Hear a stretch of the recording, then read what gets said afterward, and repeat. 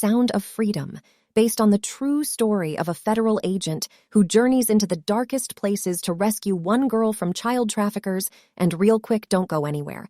Yeah, there's some scary stuff, so without further ado, let's talk about Sound of Freedom. And real quick, here's some transparency. The film stars Jim Caviezel, the man who played Jesus, and also started an underrated gym called Frequency, if you haven't seen it. Check that movie out on a rainy day in town of Freedom. Caviezel plays the real-life Tim Ballard, a former Department of Homeland Security agent who founded the anti-trafficking group called Operation Underground Railroad. Caviezel's character in this film plays this ultra-serious agent.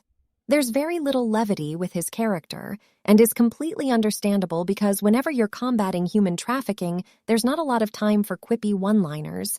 And when going into this film and doing some research on the real-life character, he is a very religious guy, and he utilizes that in his fight against human trafficking, and I had maybe a slight fear that it would become too preachy and the religious undertones would get in the way of the story, and I'm happy to announce it never does this movie.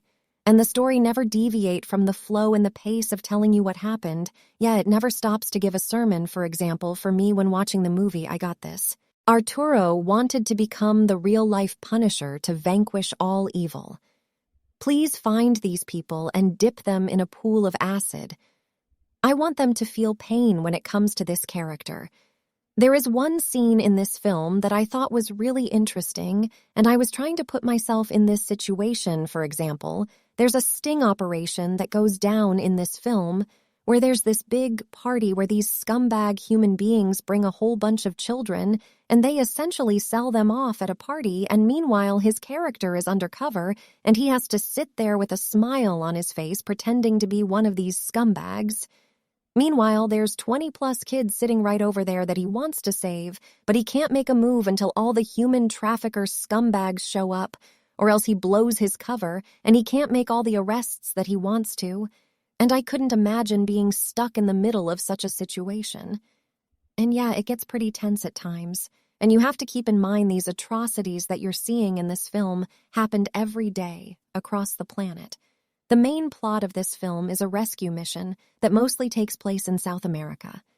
And as far as the story goes, its focus is on two children who are brother and sister, and it takes a lot out of you. The film highlights a handful of situations that they went through, from being stuck in shipping containers and shipped overseas, and to the most unspeakable disgusting things, and I won't lie to you, by the end of this film, it made me hate society even more than I already do. The story in this film is pretty straightforward. The story really never stops. It's always progressing and moving, and there's not really much filler as far as the direction and cinematography in this film goes. It has a very somber look to it, as it should. So if you want me to compare it to something, I would say it's something like Prisoners Beats, Man on Fire, except this is based on a true story, and it hits a little bit differently now. Here are my final flicking thoughts on Sound of Freedom. All right, what do I start with this? This film is a gut punch at times, and by the end of the film, it makes you feel devastated. It takes away the innocence of these children. And just by the end, I thought it was very touching, and I thought the symbolism was phenomenal. Both all of that said, if you have kids, I feel like this is a must-watch film, even if you're vigilant of your surroundings and you're aware of these things that happen in society. Watching films like this might just open up your eyes slightly more, and who knows what comes from that.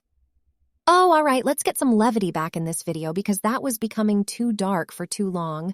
But as far as my critical analysis of this film goes, the film does tackle some very touchy subject matter, but it's packaged in what I would like to call the Hollywood formula of a thriller/action movie vibe. So it's easy to watch for mass audiences. At times, it felt like there were some obligatory action scenes just to put more action in the movie, and I don't know if those were embellished or not. At other times, I felt like I wanted a little bit more substance from a few of the characters and some more information on what was happening, but other than that, I think this is a perfect one-watch movie. Would I watch it again? Probably not, because the subject matter is a little bit dark and gloomy, and also it just feels like a one-watch movie, and that's my recommendation if you are a parent, if you have family, or if you want to just know more information about this true life story. It's definitely worth watching at least once. It's entertaining. It's slightly depressing and it's thrilling, and, it takes a lot out of you, and once again you can see this movie exclusively at theaters on 4th of July week, completely free if you just click the link down below. So if the price of a ticket is keeping you from going generous, fans have paid it forward tens of thousands of free tickets for you to be able to see this film opening week, and remember the goal is for 2 million people to see. This film in theaters on the week of 4th of July to remember the 2 million children who are trafficked every year as always. Guys, thanks for watching. Make sure you leave your thoughts, your opinions down below if you've seen the movie. What did you think about it? Make sure you subscribe. I can see you next time.